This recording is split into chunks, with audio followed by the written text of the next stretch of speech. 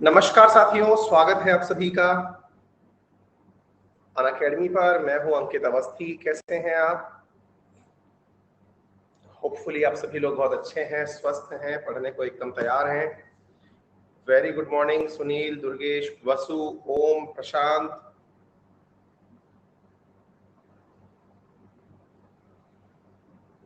गुलाब Chand, Roshan, Rakesh, Saurabh, Tengo,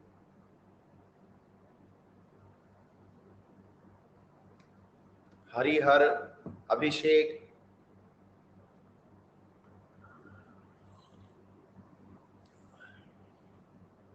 आशीष, Alok. Very good morning. चलिए, जैसा कि आप सभी को ज्ञात है कि आज के सेशन के अंदर हम लोगों के द्वारा आपके लिए मैपिंग का प्लान किया गया है। काफी दिनों बाद मैपिंग शुरू हो रही है, तो काफी दिनों से हम लोगों ने मैपिंग के ऊपर कुछ भी जिक्र नहीं किया। लंबे टाइम के बाद में मैपिंग की क्लासेस में फिर से शुरू कर रहा हूं और उम्मीद है कि आप लोगों के लिए ये बेनिफिशियल होगा और अपने आप में एक रिवीजन के पॉइंट ऑफ व्यू से काफी ज्यादा इंपॉर्टेंट रहेगा। ठीक है, आइए।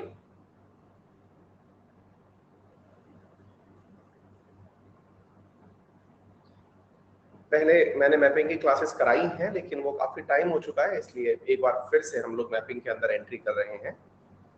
शुरुआत में सबसे पहले जानकारी मैं आपको बता दूं मेरे रेफरल कोड के संबंध में। मेरा रेफरल कोड है अंकित 10, जिसका यूज करके अनअकैडमी की किसी भी सब्सक्रिप्शन पर आप 10% डिस्काउंट प्राप्त कर सकते हैं ऑन ऑल अनअकैडमी सब्सक्रिप्शंस। 31 मई रात 12 बजे के बाद प्राइसेस इंक्रीज हो जाएंगी अनअकैडमी के कोर्सेज की। यदि किसी को सब्सक्रिप्शन पहले प्लान करना है तो कर ले। जिस भी कैटेगरी में आप सब्सक्रिप्शन लेना चाहें, उस कैटेगरी में जितने भी एडुकेटर्स पढ़ा रहे हैं उन सबकी क्लासेस देखने को आपको मिल जाएंगी। फिर चाहे आप स्टेट पीसीएस का मैटर देखें, यूपीएससी का देखें, एसएससी का देखें, आपको जिस भी कैटेगरी में पढ़ना हो आप वहां पर क्लासेस ले सकते हैं। ठीक है, आइए साथियों शुरुआत करते हैं।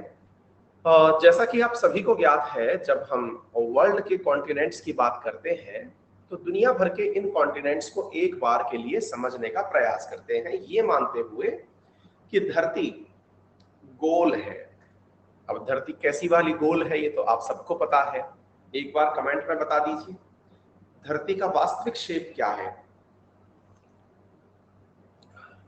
Very good morning, very good morning. अंडे वाली, जियोइड, ओवल। ठीक है, तो ये जो धरती हमें दिख रही है इस समय पर, इस धरती के अंदर इंसान के निवास के आधार पर, हालांकि देखिए ज्योग्राफी में बहुत सारी अवधारणाएं हैं जो अगर आपको मालूम हो तो, जो सबसे बड़ी ज्योग्राफी की अवधारणा है जिसमें पेंजिया और पैंथालासा के बारे में बात की गई है, उसमें तो ये तक कहा गया है कि ये सभी की सभी कॉन्टिनेंट कभी आपस में जुड़कर रहा करते थे, है ना वैगनर? बिल्कुल संदीप। लेकिन बाद में समय के साथ में इन सब के अंदर जो भी उतार चढ़ाव हुआ, ये सभी रहने वाली जगह एक दूसरे से दूर चली गई और वर्तमान में कॉन्टिनेंट्स के रूप में जानी जाती हैं। तो आप में से सबको ये तो अच्छे से याद ही है कि दुनिया भर के अंदर कॉन्टिनेंट्स कितने हैं। तो आंसर है साहब 7 कॉन्टिनेंट वर्तमान में दुनिया के अंदर एग्जिस्ट करते हैं। कॉन्टिनेंट कहते किसको है? कॉन्टिनेंट वो जगह है जहां पर एक कॉन्टिनेंट, या फिर ऐसा समझिए कि कॉन्टिनेंट वो जगह है जो अपने आप में दुनिया के अंदर अपनी यूनिक पहचान रखता है। यूनिक पहचान किस मायने में? या तो वहां की फिजिकल संरचना के बारे में, या वहां की जो भी कल्चर है वहां के बारे में, यानी कि उस जैसी जो चीजें हैं वो दूसरी जगह पर ना मिलती हो, यानी उसकी अपनी एक यूनिक आइडेंटिटी हो। उसे क्या कहा गया है? उसे कॉन्टिनेंट शब्द दिया गया है। ठीक है, अब इस कॉन्टिनेंटल कैटेगरी के अंदर अंटार्कटिका शामिल है, लेकिन आर्कटिक शामिल नहीं है। इधर की तरफ आर्कटिक है, नदर्न हेमिस्फीयर की तरफ, सदर्न में अंटार्कटिका है। विनीत पूछ रहे हैं सर अभी अलवर में हो क्या? नहीं भाई, जयपुर आ गया मैं। ठीक है, तो ऊपर आर्कटिक है, नीचे अंटार्कटिक है। तो सवाल पूछा गया कि सर कौन सा वाला मतलब जो क्षेत्र है उसको कॉन्टिनेंट कहा गया? मैंने कहा भाई अंटार्कटिका में। फिर सवाल पूछा कि सर आर्कटिक में भी तो बर्फ होती होगी ना? मैंने कहा बिल्कुल होती है। आर्कटिक में बर्फ है तो इसे अलग कॉन्टिनेंट क्यों नहीं कहा गया? कोई बताएगा मुझे? हाँ जुगल, फिर से ये सीरीज शुरू हो रही है बेटा। शुभम बोल रहे हैं सर आर्कटिक तो सी है ना।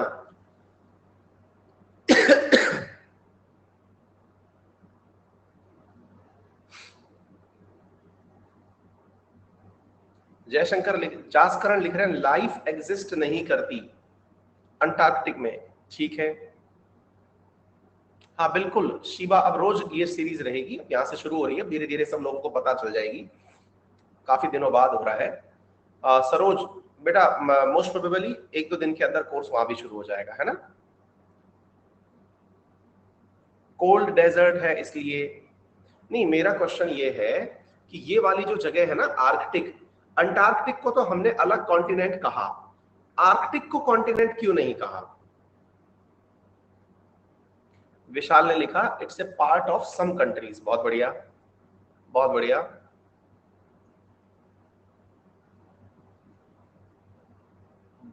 बहुत सही, क्योंकि इसके अंदर ना कुछ भी यूनिक नहीं था। अच्छा, एयरमैन राज लिख रहे हैं सर वहां पर सिर्फ पानी है। नहीं भाई, पानी नहीं है, वहां पे बर्फ है, ये पूरी जगह बर्फ ही है।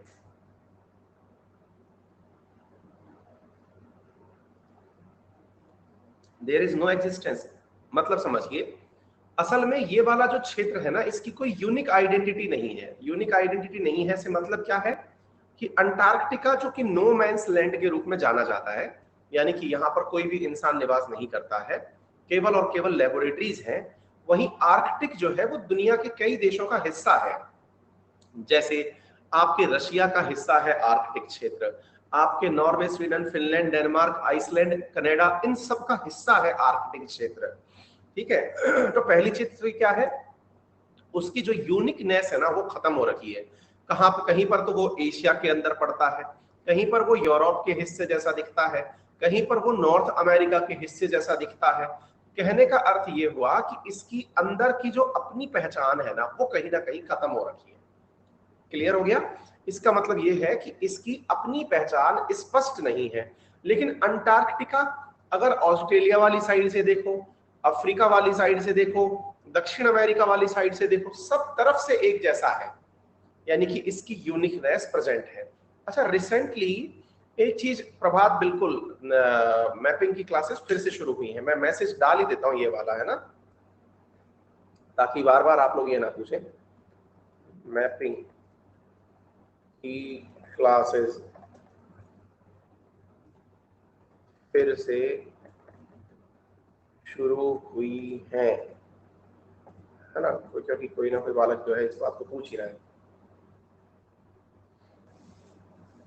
अच्छा, तो अब सवाल ये बनता है, बोले सर एक बात बताइए, मैं कमेंट बॉक्स में पूछना चाह रहा था कि भैया बताओ, एक रिसेंटली एक और कॉन्टिनेंट है जो सुर्खियों में रहा है, उसका नाम क्या है।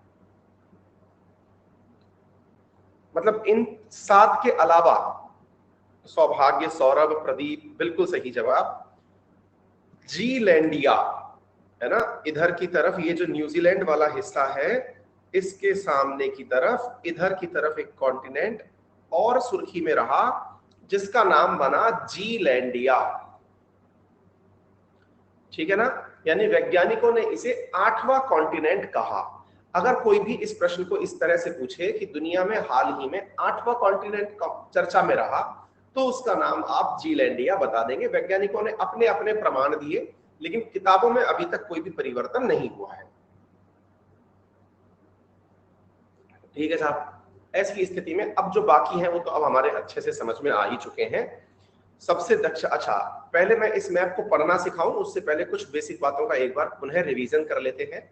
रिवीजन इस बात का कि इस धरती के गोले को पढ़ते समय अपनी सुविधा के हिसाब से इसे 2 भागों में बांटा जाता है, आइदर अप और डाउन और लेफ्ट और राइट, है ना। किसी भी चीज को मतलब आसान करने का हमारा तरीका यही होता है कि मतलब भागों में बांट दिया जाए ताकि आसानी से पढ़ना हो जाता है। जैसे मान लीजिए कि मैं आपको कोई टास्क दूं तो आप खुद से हाफ वर्क डन को बहुत महत्व देते हैं कि हाँ भाई आधा काम हो गया। ऐसे ही मैं इस मैप को 2 भागों में बांट दे रहा हूं, एक ऊपर की तरफ वाला भाग और एक नीचे की तरफ वाला भाग, या फिर एक राइट हैंड साइड का भाग और एक लेफ्ट हैंड साइड का भाग। क्लियर। ऊपर और नीचे के बटे हुए भागों को हेमिस्फीयर कहा गया, या फिर लेफ्ट और राइट बटे हुए भागों को भी हेमिस्फीयर कहा गया। ऊपर और नीचे ऊपर वाले हिस्से को नदर्न हेमिस्फीयर नाम दिया गया। अब देखिए दिशाओं को एक बार के लिए हम फिलहाल समझ लेते हैं। ऊपर की तरफ नॉर्थ बोला जाता है, नीचे की तरफ साउथ बोला जाता है, राइट में ईस्ट बोला जाता है, लेफ्ट में वेस्ट बोला जाता है। ठीक है रश्मि बेटा, आपने पैसे नहीं दे रखे हैं फिर भी आपको दिख रही है, दैट मीन्स ये स्पेशल क्लास है ना। हाँ जी, तो इन दिशाओं को हमने 4 भागों में बांट रखा है, ऊपर नॉर्थ, नीचे साउथ, राइट में ईस्ट, लेफ्ट में वेस्ट। तो जो ऊपर वाला भाग है, अब कहां से ऊपर वाला भाग, मतलब किसको ऊपर वाला माने, इसको ऊपर वाला माने, इसको ऊपर वाला माने, इसको ऊपर वाला माने, किसको माने? तो हमने कहा धरती को बीचों बीच से 2 भागों में बांट दो। जहां से बांटा गया वो 0 डिग्री रेखा है, लैटिट्यूड है। 0 डिग्री लैटिट्यूड से ऊपर नदर्न है और 0 डिग्री लैटिट्यूड से नीचे सदर्न है। दिशाओं को कैसे बांट दिया? ऊपर नदर्न, नीचे सदर्न। तो 0 डिग्री से ऊपर नदर्न, 0 डिग्री से नीचे सदर्न, 2 भागों में बांटा गया, इसलिए नदर्न हेमिस्फीयर और सदर्न हेमिस्फीयर। इस प्रकार से इस गोले का विभाजन कर दिया गया। गौतम मुश्किल से 2-3 दिन में आ रही है बेटा, है ना? क्लियर हो गया? तो यहां पर क्या है, बिल्कुल ऋषि डेली होगी है क्लास। तो नदर्न हेमिस्फीयर और सदर्न हेमिस्फीयर। ऐसे ही पृथ्वी पर एक जगह पर 0 और लिखा गया है, वो ये रहा। और ये जो 0 है, ये 0 इसके भी रेस्पेक्ट में इधर की तरफ राइट हैंड साइड जगह है, इसको ईस्टर्न हेमिस्फीयर कहा गया। और इधर की साइड वाली जो जगह है, इसे वेस्टर्न हेमिस्फीयर कहा गया। क्लियर हो गया? यानी कि ये पूरा की पूरा क्षेत्र वेस्ट हो गया, ये पूरा की पूरा क्षेत्र ईस्ट हो गया, ये पूरा क्षेत्र नॉर्थ हो गया, ये पूरा क्षेत्र साउथ हो गया। अब आपके दिमाग में एक सवाल बनेगा कि सर एक बात बताइए, एग्जैक्टली कोई हमसे यदि ये पूछ ले कि भारत कौन से हिस्से में है, भाई भारत को देख करके कोई पूछ ले हमसे, ये तो दोनों हिस्सों में पड़ रहा है सर। मैंने कहा हाँ, अगर कोई आपसे हेमिस्फीयर पूछे तो आप आंसर देंगे कि भारत नदर्न हेमिस्फीयर में भी है और ईस्टर्न हेमिस्फीयर में भी है। लेकिन फॉर प्रिसीजन हम ये बोल सकते हैं कि पृथ्वी के नॉर्थ ईस्ट में भारत एग्जिस्ट करता है। ठीक है ना? ऊपर नॉर्थ, नीचे ईस्ट की तरफ भारत एग्जिस्ट करता है। क्लियर हो गया? उम्मीद है सभी साथियों को ये बात अच्छे से अब तक क्लियर हो चुकी होगी। चलिए एक बार के लिए हम इस पूरे की पूरे मैप को थोड़ा सा समझने का प्रयास करते हैं। अगर आप इसे ध्यान से देखें तो इसमें एक गोला है, जिस गोले को बीचों बीच एक लाइन से बांटा गया है।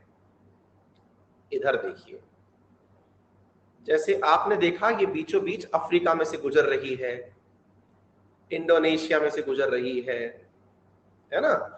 इधर की तरफ ब्राजील वाले देश, ये जो है दक्षिण अमेरिका, इनसे गुजर रही है। पहले तो मुझे ये बताओ, ये जो लाइन हमने बनाई, ये लाइन किस चीज की है? लोहे के तार डाल रखे हैं या फिर प्लास्टिक के पाइप डाल रखे हैं? कमेंट बॉक्स में जल्दी से बताइए ये क्या है। आप चाहें तो पोल भी करा सकता हूं। ए लोहे के तार, बी प्लास्टिक के पाइप, सी अंडर सी केबल। हाँ जी, लीजिए 4 ऑप्शंस हैं आपके सामने, बताइए कौन सा सही है।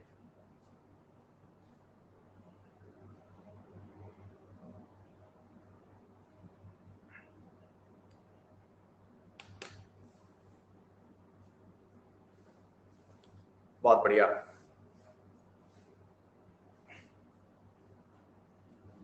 शानदार। हमें लग रहा था कि हम मजाक में पूछ रहे हैं तो कोई लोग जो है वो इसका जवाब भी मजाक में ही ले लेंगे, लेकिन भाई पता चला कि 47% जनता जो कि सो कॉल्ड अपने आप को समझदार समझती है, वो कंफ्यूज आ गई है। उनके हिसाब से, मेजॉरिटी के हिसाब से तो अंडर सी केबल है जिसके माध्यम से धरती को बांट रखा है। शानदार। मतलब मेजॉरिटी ऑफ दी जनता तो ये चाहती है कि अंडर सी केबल यानी समुद्र के नीचे तार डाल रखे।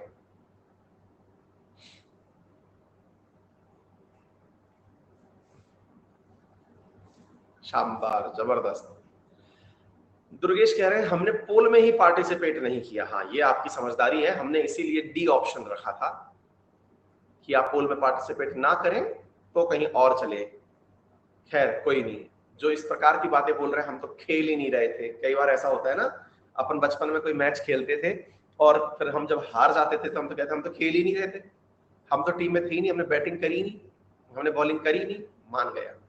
एनीवे, चलो इस बहाने ही सही, आप सही मैं गलत, आंसर जान लीजिए कि ये केवल एक इमेजिनरी लाइन है जो मानी गई है। ठीक है, अच्छा, अब इस इमेजिनरी लाइन के इर्द गिर्द अगर आप बात माने तो इसमें ऊपर की तरफ इस इमेजिनरी लाइन से पृथ्वी का अधिकांश हिस्सा ऊपर यानी नॉर्थ हेमिस्फीयर में है और नीचे की तरफ दक्षिण साउथ हेमिस्फीयर में। चलिए आगे बढ़ते हैं। ऐसे ही, अच्छा, इसका वैसे असल में उपयोग क्या होता है, एक बार के लिए थोड़ी बेसिक चर्चा कर लेते हैं, फिर आगे वाले सेशंस में तो यहां से आगे फिर हम टैग करके मैपिंग कराएंगे। अभी थोड़ी सी बेसिक चर्चा चल रही है, आज तो एक तरह से इंट्रोडक्टरी चर्चा चल रही है। चूंकि इस लाइन ने धरती को दो बराबर भागों में बांटा, इसलिए इस लाइन को इक्वेटर कहा जाता है। इक्वेटर, क्योंकि इसने इक्वली बांट दिया है ना, चूंकि इसने बराबर बांटा है इसलिए इसे इक्वेटर कहा गया। इसका सही मायने में उपयोग क्या है, ये क्या दर्शाती है, ये जो लाइन है इसका ज्योग्राफी में उपयोग क्या है? ये दर्शाती है कि सूरज की रोशनी अधिकतम जिस जगह आती है वो यही वाली जगह है। कौन सी वाली? इक्वेटर वाली जगह है। सर इसकी कोई विशेषता है क्या? बिल्कुल, इसकी तो अनंत विशेषताएं हैं, जिनमें सबसे बड़ी विशेषता ये है कि इस लाइन पर शाम को रोजाना 4 बजे बारिश होती है। मतलब दुनिया के सारे तथ्य एक तरफ और इवनिंग में बारिश होना एक तरफ, यानी यहां पर बारिश होकर रहेगी ही रहेगी। बोले सर जब धूप है तो बारिश क्यों है? हमने कहा धूप है तभी बारिश है, क्योंकि धूप से यहाँ पर स्थित जो पानी है वो वेपर बनता है और वेपर बन के वो आसपास के क्षेत्र में बरस जाता है। बोले अच्छा, पहली विशेषता तो ये हो गई। सर जब बारिश है यहाँ पे तो बारिश की वजह से तो इस जमीन पर बहुत जबरदस्त जंगल भी उगता होगा। मैंने कहा ये तीनों ही जगह वर्ल्ड फेमस है। पहला, अमेजन के घने वन जो कि दुनिया के लिए फेफड़े कहलाते हैं, वो भी इक्वेटर पर ही है। नंबर दूसरा, अफ्रीका के अंदर कांगो के जंगल जो कि दुनिया के सेकंड लार्जेस्ट या सेकंड डेंस फॉरेस्ट कहलाते हैं, वो भी इक्वेटर पर ही है। तीसरा, इंडोनेशिया के वो पेड़ जिनसे भारत को तेल प्राप्त होता है, पाम ऑयल, वो भी कहां पर है? इक्वेटर पर ही है। क्लियर हो गया? यानी कि इनकी तो उपस्थिति ही बहुत ज्यादा मायने रखती है। ये यहां तक क्लैरिटी ऑफ थॉट हमें आ चुका है। उम्मीद है आपको भी इस प्रकार की क्लैरिटी आ चुकी होगी। ठीक है, चलिए तो बोले आगे बढ़ते हैं सर। अब इसके बाद में थोड़ा आगे दाएं बाएं चलने का प्रयास करते हैं। सर जब सूरज ऊपर या नीचे कम पहुंचता है, जब यहां सबसे ज्यादा पहुंचता है तो सबसे ज्यादा बारिश है, ऊपर की तरफ तो यहां पर पहुंचता ही नहीं होगा, ऐसे नीचे की तरफ भी सर मतलब बहुत ही कम पहुंचता होगा, क्योंकि पृथ्वी जो है वो ऐसी है नहीं जैसी दिख रही है। मतलब ये जो है इस प्रकार से एक लाइन पर नहीं खड़ी हुई है, थोड़ी झुकी हुई है, टिल्टेड है, 23.5 डिग्री झुकी हुई है। हमने कहा तो बोले सर ऐसी स्थिति में ऊपर और नीचे का मामला कुछ अलग होता होगा। हमने कहा होता है ना। बोले क्या होता है? हमने कहा अधिकतम सूरज जो है वो यहीं तक अपनी सीधी रोशनी फेंकता है, यानी कि इस लाइन के ऊपर जाके खड़ा हो जाता है। सर ये कौन सी जगह है? हमने कहा ये है 23.5 डिग्री नॉर्थ। कितना? 23.5 डिग्री नॉर्थ। अच्छा, फिर सर दक्षिण में कितना तक जाता है? हमने कहा ऊपर से अगर नीचे की तरफ चलते हो तो ऐसे ही अधिकतम उसकी जो सीधी सूरज की रोशनी है वो 23.5 डिग्री साउथ तक जाती है। अच्छा, यानी कि नॉर्थ और साउथ में सूरज की जो गति है वो ऊपर और नीचे 23.5 डिग्री तक जाती है। सर ये 23.5 ही क्यों जाती है, ये 24 चली जाती, सुनने में तो 25 अच्छा लगता है, 50 अच्छा लगता है, राउंड फिगर में हो जाता, ये ऐसा ही क्यों हुआ? इसका आंसर भी है। इसका आंसर ये है क्योंकि पृथ्वी खुद 23.5 डिग्री झुकी हुई है। मतलब क्या है कि भाई अगर हमने इस प्रकार से पृथ्वी की गति की कल्पना करी सूरज के चारों तरफ, तो पृथ्वी झुक करके चल रही है सम्मान में। ये पुष्पा नहीं है जो झुकेगा नहीं, है ना, ये झुक करके चल रही है। ठीक है, ये झुक करके चल रही है। ठीक है, अच्छा, तो ये जब झुककर चल रही है तो इधर की तरफ जो इसका मुखमंडल हो रखा है वो 23.5 तक आगे आ रखा है, और इधर की तरफ जो मुखमंडल हो रखा है वो 23.5 तक आगे आ रखा है। ठीक है, क्लियर है? इसका मतलब 23.5 डिग्री का यहां पर लोचा है। आगे बढ़ते हैं साहब।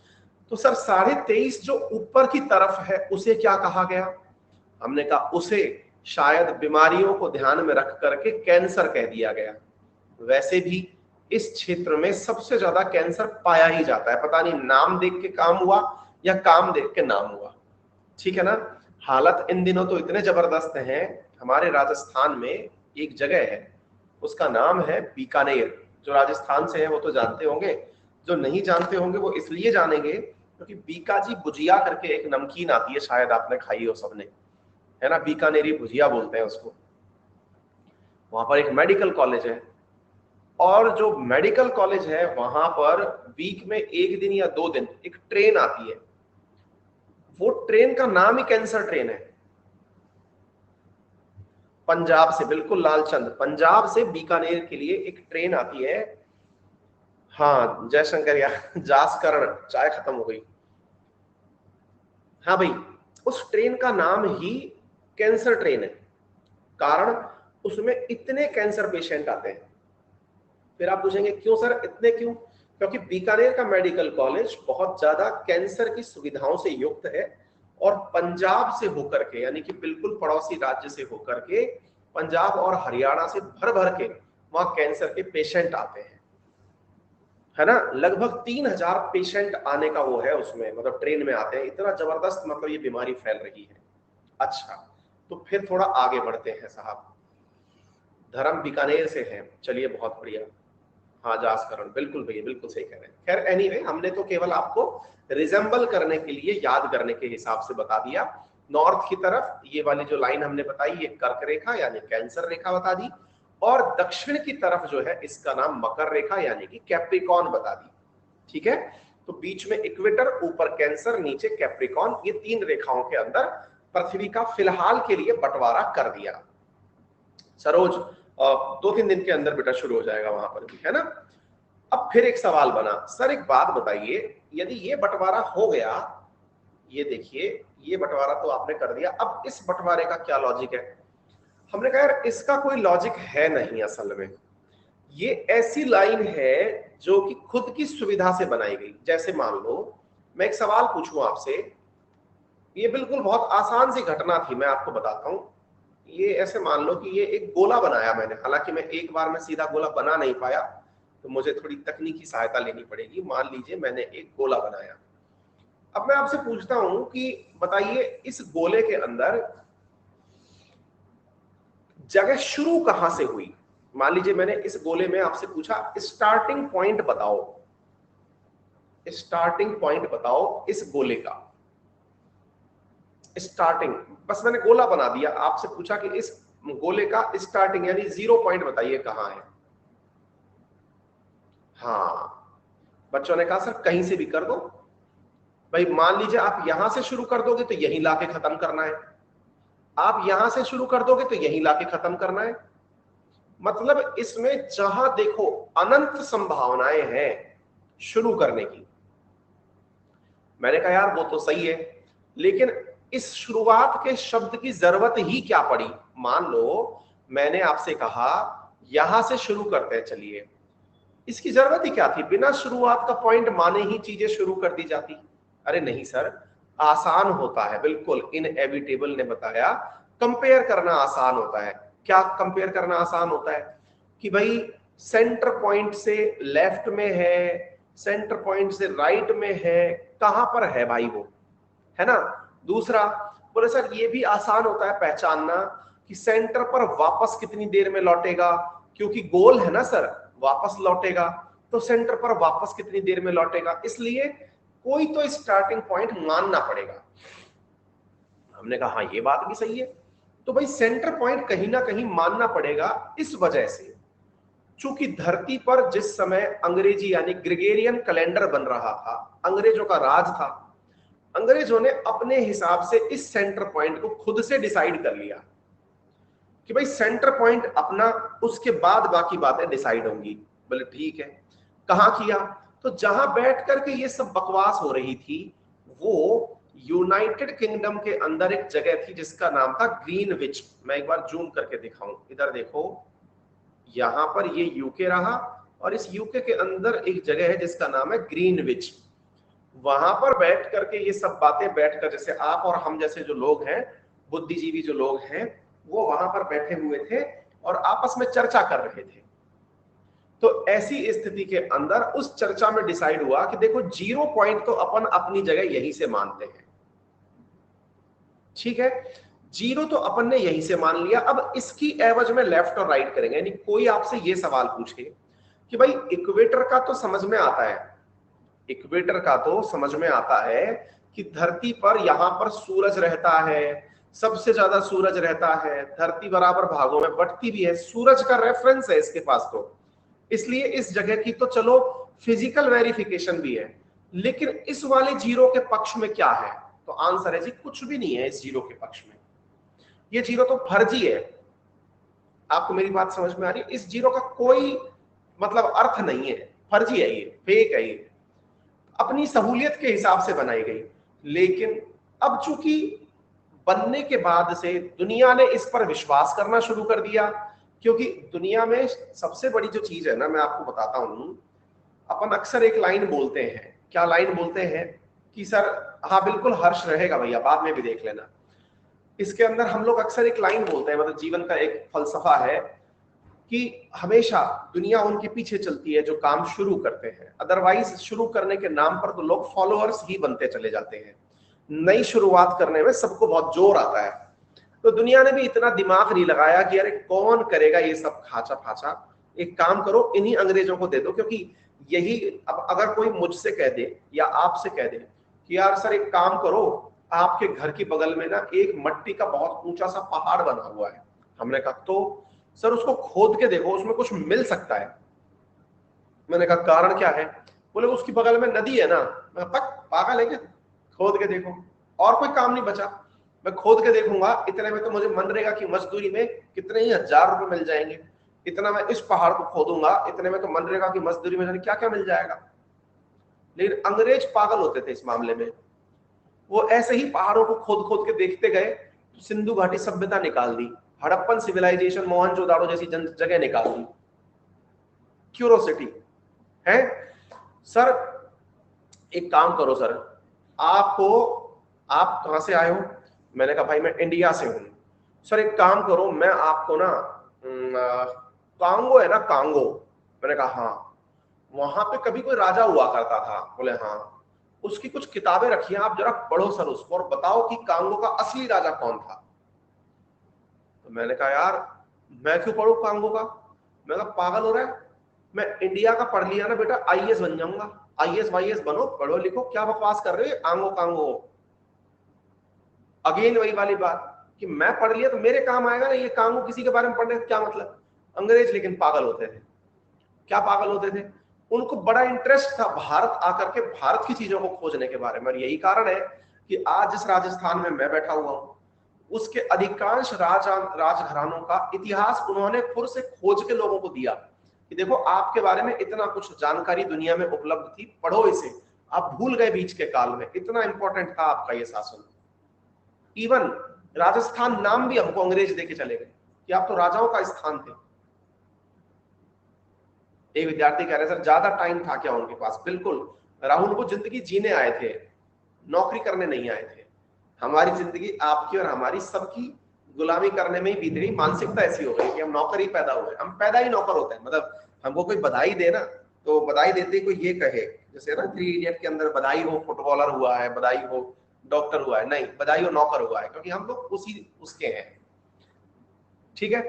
अब इन लोगों ने, अब सोचो उस समय खाली बैठे बैठे कि यार नहीं यार, मतलब इस चीज का तो सही से समाधान ढूंढना पड़ेगा कि यार दुनिया को भागों में बांटना है, और ऐसे बांटना है कि अपन यहां से बैठे बैठे सबको बता सकें कि तुम कहां हो, कितना देर में यहां पहुंचोगे, क्या होगा, सब होगा। राहुल कह रहे हैं वर्क नहीं किया सर, उन्होंने लूटा है बस। हाँ, ये भी वो जो तुमको नौकर बनाने के लिए जो सिलेबस पढ़ाया गया ना, उसके अंदर लिखी हुई बातें हैं ये। ठीक है ना, अगर लूटा होता तो तुम्हारे सिलेबस में कुछ एंशिएंट इंडिया का पढ़ने का ही ना होता। ठीक है, ये सब बातें ऐसी ही हैं। चलिए, अब उन्होंने क्या किया, इस पूरी धरती को प्रॉपर तरीके से लाइनें खींच खींच करके बांट दिया। उन्होंने कहा कि ये पूरी धरती गोल अगर है तो एक काम करते हैं, गोले को बांटने के लिए 360 की लाइनें। हाँ, अब एक बालक आया और उसने लिखा कोमल मिर्जा, वो शोषण करने आए थे, इससे ज्यादा कुछ नहीं, उनकी तारीफ करना शोभा नहीं देता। मुसीबत पता है क्या है, हम में से बहुत सारे विद्यार्थी, बहुत सारे श्रोता व्हाट्सएप यूनिवर्सिटी के तहत ज्ञान प्राप्त करते हैं, उनको केवल ये भर दिया गया है अंग्रेज बुरे थे तो उनका विरोध होना चाहिए। लेकिन चूंकि व्हाट्सएप यूनिवर्सिटी से यूपीएससी पेपर नहीं पूछता है, यूपीएससी का प्रीवियस ईयर का पेपर उठा के देखिएगा, लॉर्ड कर्जन, जिसको लोग दुर्जन के नाम से जानते हैं, उसके बारे में यूपीएससी ने केवल एक चीज पूछी कि इनके द्वारा किए गए सकारात्मक कार्य बताइए। जिनको केवल दुनिया याद रखती है इसलिए कि उन्होंने बंगाल का विभाजन किया, उनके बारे में सवाल पूछा गया कि उनकी सकारात्मक चीजें बताइए। लॉर्ड डलहौजी के काल की उपलब्धियां बताइए। समझ रहे हैं आप मुसीबत क्या है, कि हम लोगों को केवल और केवल बुरा बुरा बुरा बुरा, अगर आप सही मायने में क्रिटिक हैं, आप अपने आप को समझते हैं कि तारीफ करना शोभा नहीं देता, तो इन मोहतरमा को हम अपनी तरफ से निवेदन करेंगे कि तारीफ करना तब शोभा नहीं देता जब आपको उनकी बुराइयां और अच्छाइयां दोनों अच्छे से पता हो। वन वे अगर होता तो देश में उन्हीं का शासन होता, अगर वो अच्छे ही होते तो शासन उनका होता। ठीक है, हर किसी ने अपने काल में कुछ अच्छा और कुछ बुरा किया है। ये थोड़ी है कि इससे पहले की जो सरकारें थी, कांग्रेस सरकार जो थी या यूपीए सरकार थी, वो एकदम बुरी थी, नहीं। मनरेगा जैसी योजना दी गई जो कम से कम रोजगार तो लाई लोगों को। लेकिन कुछ अच्छाइयां कुछ बुराइयां हर सरकार की होती हैं, जो ज्यादा और ज्यादा बुरा हो गया वो हट जाता है, सत्ता परिवर्तन नियम है ये। ठीक है ना, चलिए आगे बढ़ते हैं। खैर कोई नहीं, आप अपनी जगह सही हो सकते हैं, मैं तो केवल इतना कहूंगा कि आपको पक्ष पता होने चाहिए यदि वाकई में एग्जाम की तैयारी कर रहे हैं, और केवल इसलिए आ गए कि ठीक है, मतलब मोबाइल में नोटिफिकेशन आया चला के देख लिया, तब तो फिर बात ही अलग है। चलते थोड़ा आगे बढ़ते हैं। तो अब साहब इन्होंने पूरी गोले को पकड़ के 360 में बांट दिया। ठीक है ना, इन्होंने क्या किया, इस पूरे गोले को पकड़ करके, एक तो क्या है कि हमको भैया ये लाइन खींचना तो बिल्कुल भी नहीं आता है, फिर भी हम एक असफल प्रयास करते हैं। इन्होंने इस पूरे गोले को, जैसे मैंने एक ये लाइन बनाई, फिर हमसे हो ना पाएगा भाई, है ना, समझ जाना भाई, कुछ तो है ना। मतलब इसके अंदर क्या है, उन्होंने पूरी तरह से इसको बांट दिया। अच्छा, अब पूरी तरह से 360 में बांट दिया, यानी कि ऐसे खांचे बना दिए इसमें, ऐसे करके, ऐसे करके पूरे के पूरे डिग्री के हिसाब से, कि बोले भाई यहां तेरा हो गया 90, यहां तेरा हो गया 180, यहां तेरा हो गया 270, ऐसे करके सर इन्होंने पूरे जीरो को 360 से मिला दिया। बोले सर ये बढ़िया किया इन्होंने। बोले अच्छा, तो बोले इन्होंने पूरी तरह से बांटने का फायदा क्या किया। बोले इनने तो केवल यही कहा, बोले सर जीरो पर आएगा तो उसके बारे में पता रहे कि वो कहां पहुंचा। धरती को इस प्रकार से इन्होंने बांटने का प्रयास किया। बोले ठीक है, तो अब थोड़ा सा देखने का आप भी प्रयास कर लीजिए। ये रहा जीरो, और इसकी एवज में इन्होंने 20, 30, 40, 100 इस तरह से चीजों को बांटा, और गोलों को बांटते हुए इन्होंने ये जो अवधारणा बनाई कि 180 तक पृथ्वी को बांट दो। देखो ये आपको दिख रहा होगा 180, 180 तक लाइनें खींच दी, उसके बाद तो वो चीज रिपीट ही होनी थी। अच्छा, तो इस प्रकार से बांटने के बाद इन्होंने जो चीजें बनाई उसमें कुछ जर्नल परसेप्शन क्रिएट किए। क्या परसेप्शन क्रिएट किए? बोले पृथ्वी अपनी अक्ष पर जब घूमती है, बोले हाँ घूमती है, तो बोले एक चक्कर वो 24 घंटे में पूरा करती है। कितने घंटे में पूरा करती है? 24 घंटे में। यानी कि पृथ्वी अगर अपनी अक्ष पर घूम रही है तो एक चक्कर वो 24 आवर्स में पूरा करती है। बोले ठीक है। बोले ये एक चक्कर का मतलब क्या है? हमने कहा जो जीरो था वहां पर 360 डिग्री लिखा आ जाए, यानी बराबर चीजें वहीं पर वापस आ जाएं। तो जीरो और 360 एक हो जाए, वो एक चक्कर है। यानी पृथ्वी 360 डिग्री का चक्कर 24 घंटे के अंदर पूरा कर लेती है।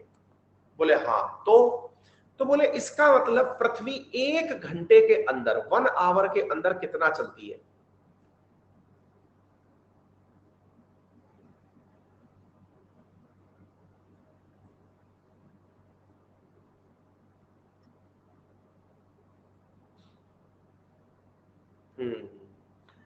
ये होता है कई दिनों बाद जब क्लास लेते हैं ना, तो कई गुणीजन क्लास के अंदर विद्वान हो जाते हैं। अब देखो इस बच्ची ने बहुत अच्छा कमेंट किया है हमारे ऊपर। गलत चीजें आप फैला रहे हैं उनकी तारीफें करके। उनकी मंशा सही नहीं थी, मंशा बस शोषण करने की थी। जो कुछ वो किए अपने लिए ही किए थे, भारतीयों के लिए कुछ नहीं किए। वो बस इनडायरेक्टली भारतीयों को कुछ फायदा हुआ। कोमल, मैं हार गया, तुम सही हो। मैं बहुत बुरी तरह पछता रहा हूं कि मैंने कुछ गलत पढ़ा दिया। मुझे अगर हो सके तो मैं सविनय अवज्ञा आंदोलन करते हुए आपसे कह रहा हूं कि कृपया मुझे माफ कर दीजिए, मैं ये गलती दोबारा नहीं दोहराऊंगा। So sorry. आगे चलते हैं, है ना। अब क्या है कि ये जो 1 डिग्री जो है, इस जगह 15 डिग्री। अब एक चीज को यहां पर समझने का प्रयास करिए। 24 घंटे के अंदर वो 360 डिग्री जो है चक्कर काट रहा है। यानी एक घंटे के अंदर 15 डिग्री। मतलब मुझे ऐसा फील हो रहा है कि कोमल ने ये पता लगा लिया है कि मुझे अंग्रेजों की तरफ से पैसा मिलता है। हाँ हाँ हाँ, आई एम सॉरी कोमल, तुमको कैसे पता चला? ये तो मैंने बताया नहीं मेरे अकाउंट में इंफॉर्मेशन कहां कहां से आ रही है। ओह माय गॉड, अब वो मेरी क्लास से जा रही है। कोमल मत जाओ प्लीज, मुझे बुरा लग रहा है। ये लो, छोड़ के भी चली गई मेरी class. Shit man, I am so sorry. मैं दोबारा से ऐसी गलती नहीं करूंगा। और तुमको पता चल गया कि मुझे कहां से पैसा मिल रहा है। चलिए एनीवे, तो एक घंटे के अंदर ये 15 डिग्री जो है ना, ये चक्कर काट रही है पृथ्वी। क्लियर है? आगे बढ़ते हैं। अब क्या हुआ कि एक घंटे के अंदर 15 डिग्री अगर चक्कर काट रही है, तो पूरी 24 घंटे के अंदर पूरी पृथ्वी के 360 डिग्रियों को खांचे में बांट दिया गया। पूरी पृथ्वी के अंदर 360 डिग्री के अंदर खांचों में पृथ्वी को बांट दिया गया। बोले इससे क्या फायदा हुआ?